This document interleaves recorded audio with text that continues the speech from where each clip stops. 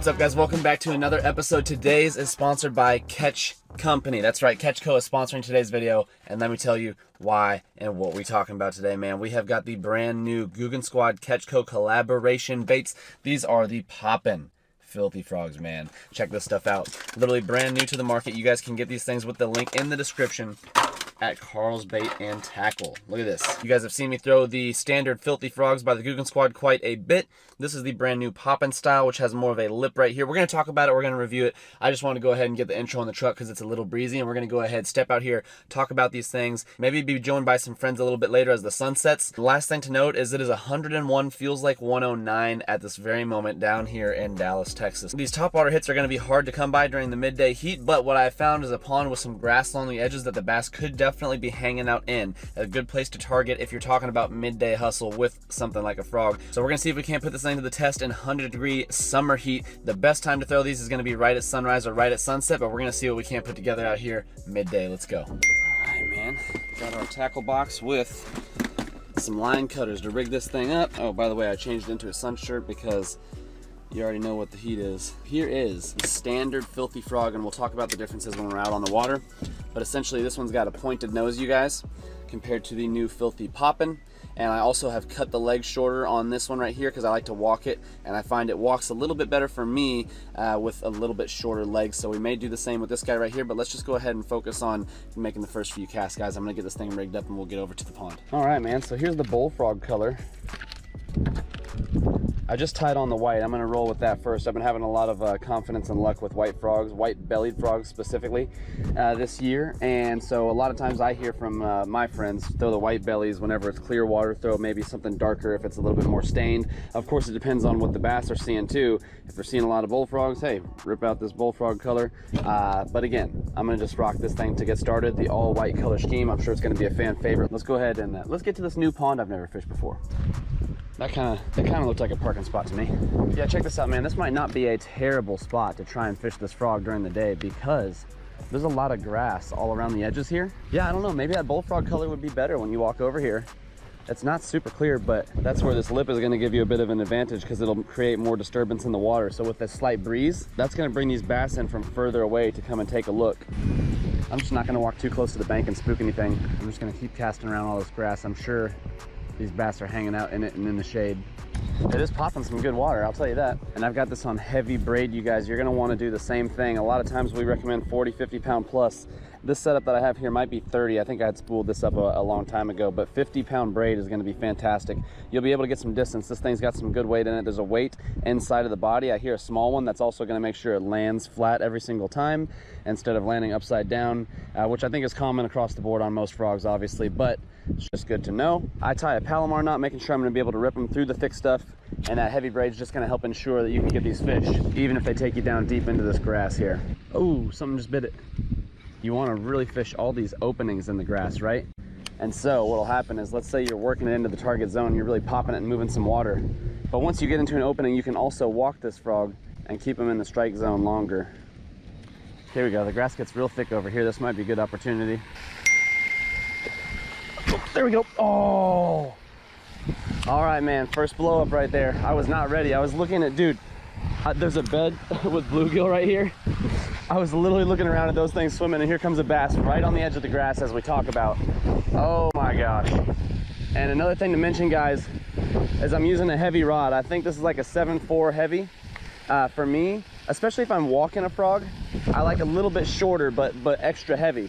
That way I can get him out of the thick stuff, but I can walk it a little bit easier. And I haven't been walking this guy much. I'm really just popping him, allowing that popping mouth to really stir up the water, and that's what brought that bass out from under the cover. But this is where you might want to beef up from like your 7.2 medium heavy and go with something like a 7.3, 7.4, 7.6 heavy and a fast tip. That way you can really get those hook sets and hammer them and get them out of stuff like pads, thick grass, and debris. So the rod matters on this, and then also the reel. I'm using a high gear ratio. Well, technically it's the XG, or extra high gear ratio. That way you can really get them to the bank quicker and rip them out of the stuff before they take you down deep, guys. So a couple key factors. So what I'm saying is you want a beefy all around setup. I'm talking heavy braid, heavy rod, fast gear ratio reel, and you'll be ready to catch you some bass, man. Let's try and get another bite.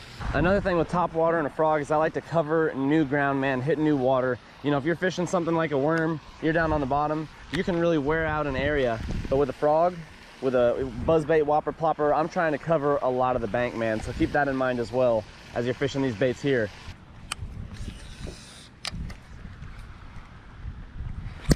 There we go. There we go. First card on the frog. Oh my gosh. Oh, that one was a decent one right there. 0 for 2 on the frog. Wowzers.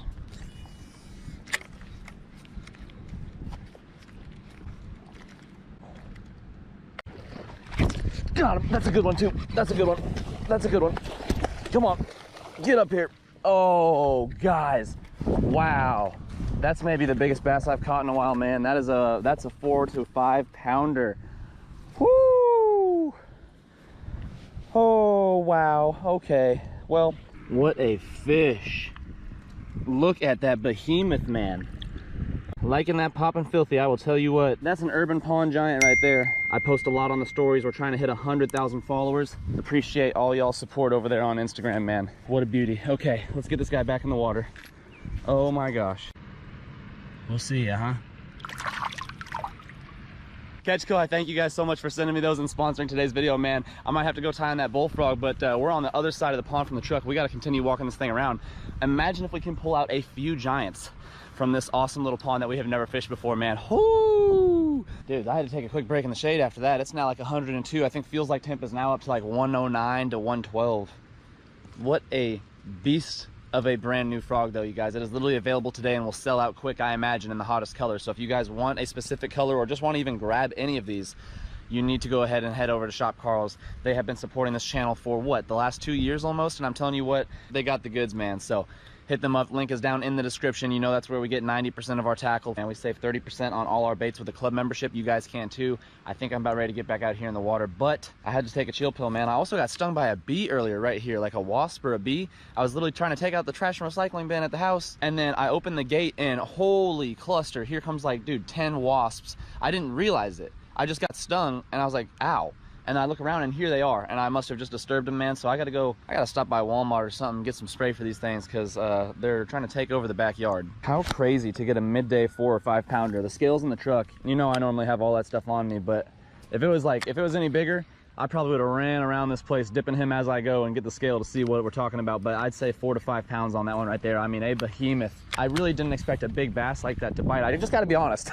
I did not expect a huge bass like that to bite, but hey, they're here, so I'm gonna try and catch them.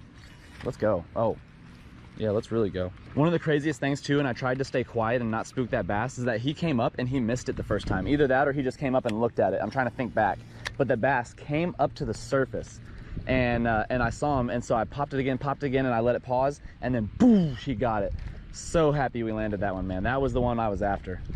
And you'll see, you know, normally I'm working those walking frogs and I'm just doing a twitch, twitch, twitch, twitch, twitch, twitch. You can see him walking right now, left to right, and that is fantastic for staying in the strike zone for a longer period of time, working these things real slow. But with this poppin' frog, I'm really trying to get it to boom, stir up that water, cause some vibration, get these bass attention, draw them in from further away. So I'm almost giving it a sweeping pop. I mean, just like a popper. There's almost no right or wrong way to work this thing. I mean, you just do your thing and you're gonna bring the bass towards you. I mean, you could go with a few fast pops. He'll kind of dart around a little bit. You can go with one fierce pop. I mean, just mix it up. See what the bass are in the mood for, because sometimes they want it on the pause. Sometimes they're chasing after it while it's on the run.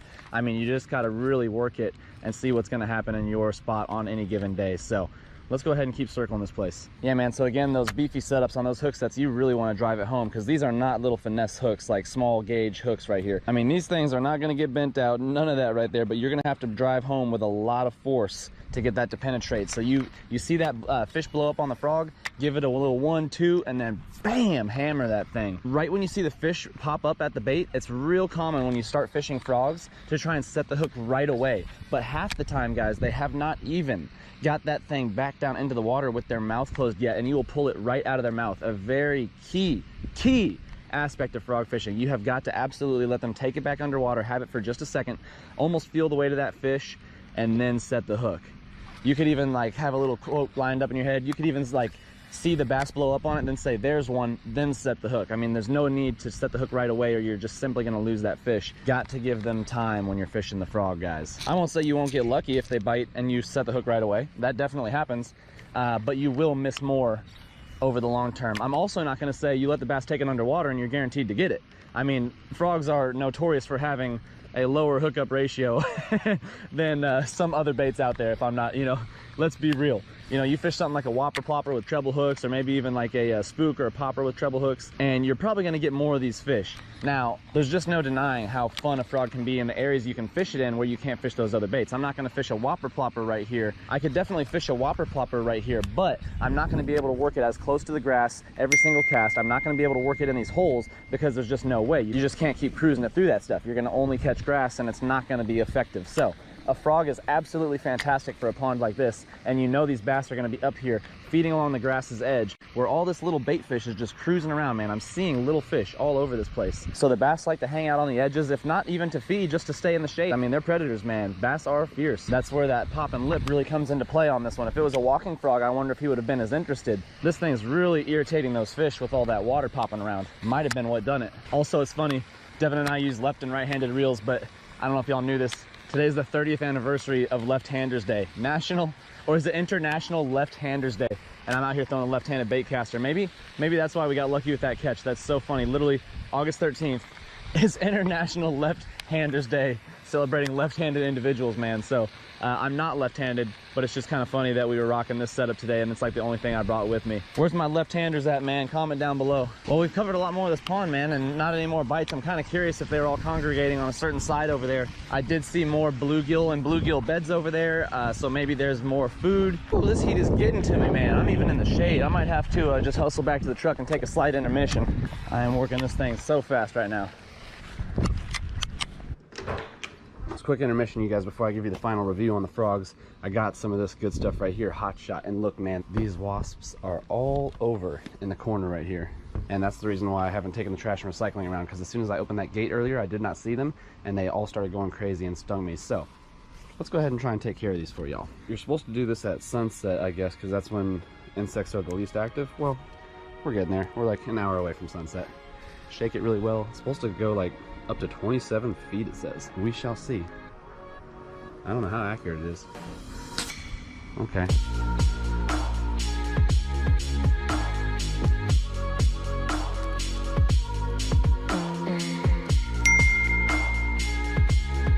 Yeah, I can't say I've ever used that stuff before. Well, yeah, so he's flying.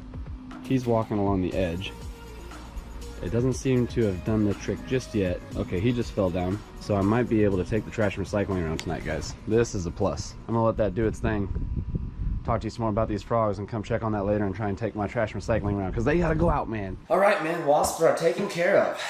Positive note.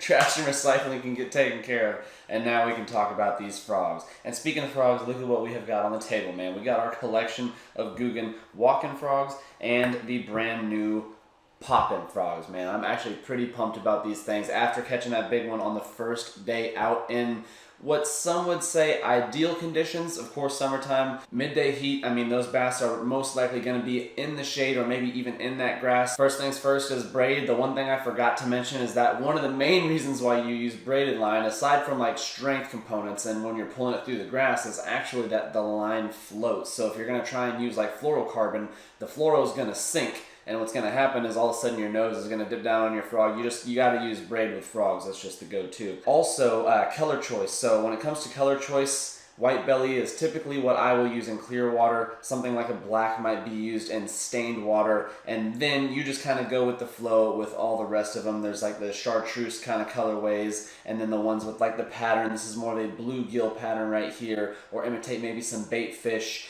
And then this right here has got a little bit of a texture to it. And so you just kind of play around and see which one you like best, which one the bass like best in your area, and you just continue to rock that color. We actually do have a couple colors in both styles though. So here's the walking and the poppin' in the bullfrog color. You'll see I cut the legs shorter on that walking one just because, like I say, it allows it to walk a little bit better.